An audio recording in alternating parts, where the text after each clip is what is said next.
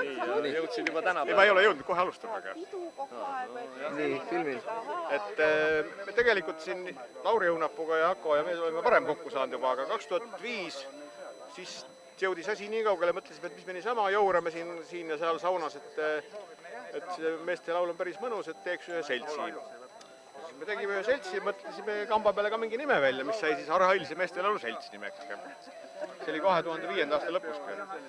See läks minu meelest nii, et ega me suurt organiseerimist ei teinud, see lihtsalt kujunes sellisena, et laulsime ja siis oli vaja kuidagi ennast gruppi kokku või mismoodi. Ja tegelikult Arhailse selts on ju, Arhailse meestelaulu selts on ju hästi suur. Ega me oleme ainult osad sealt kuskilt üle Eesti on see kõik. Minu meelest on seal praegu, mis oli 100 liiget tegelikult.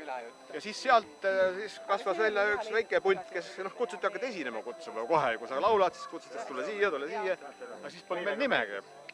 Mingi 6 oli või 5-6 kuskil. Ja siis tekkis niimoodi, et Lauri pakkus nime ja minu abikaasa Eve ka eraldi kumbki pakkusid välja, pange Harju mehed. Kui me Harju maalt olime siin ajama. Siis tekkiski niisugune punt nagu Harju mehed. Ja sellega me siin nüüd käisime ka ringi ja laulmas päris 6 aastat. No selle häda on nüüd niiviisi, et paljud mehed, kes olid seal eeskätt Lauri ise, kolis ära Lõunamaal. Lõuna-Eestisse. Ja kes kus kuidas ringi müttab ja väga raske on nüüd juba kokku saada. Ja siis meil nagu see jäi natuke soikugi. Siis me Jakoga mõtlesime, et kuna me mõlemad Aruküla kandis oleme, Jako küll natukene Arukülast väljas, aga ikkagi, et paneme Arukülas meestelaulu käima. Sest tegelikult linnas me proovisime ka, aga linnainimesed on natuke see raske juhus. Ei võtnud edu, jah.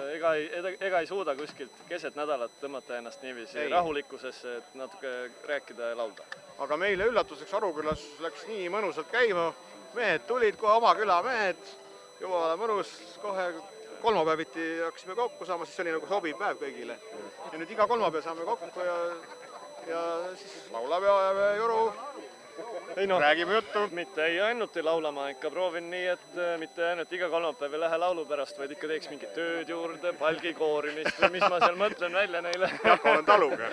No jah, et ikka ei oleks nii, et jälle näed, üks õhtu läks laulmise pähe. Et ikka siis oleme seal püüdnud ühtega oma teist koos teha, ka tegelikult metsa tegime seal ja ega meil see minu meelest lauluga hoopis teine elu kasvas kamba jõmlus nagu, et igaüks midagi Arukülas teeb ja me suudame nagu koos teha asju ja siin on kergem. Lihtsalt minu meelest see hakkas nii hästi minema lihtsalt läbi laulu. Aga jõuame siis selle nimeni ka, Lüütürini välja. Sellega oli tegelikult sama lugu, et meie kohalik kultuurijuht Karina Paiste tahtis kutsuda, Karina Toomingas on ta praegu, õigemini. Tahtis kutsuda meid ühel, siis kui me juba laulsime natukene mõned kuud, jaanipäeval laulma käib. Aga nime meil polnudki. Rahvas pakkus välja seda teist ja kolmandat, aga lõpuks siis me ikkagi surfasime ise seal internetis ja üks selline leht oli nagu Eesti lindude rahvapärased nimed. Ja siis sealt jäi silma siis paar nime, nende hulgas Lüütür. Siis kui meestele välja pakkusime selle Lüütür, siis kõigile õudselt meeldis, see oli igavene põnev nimi.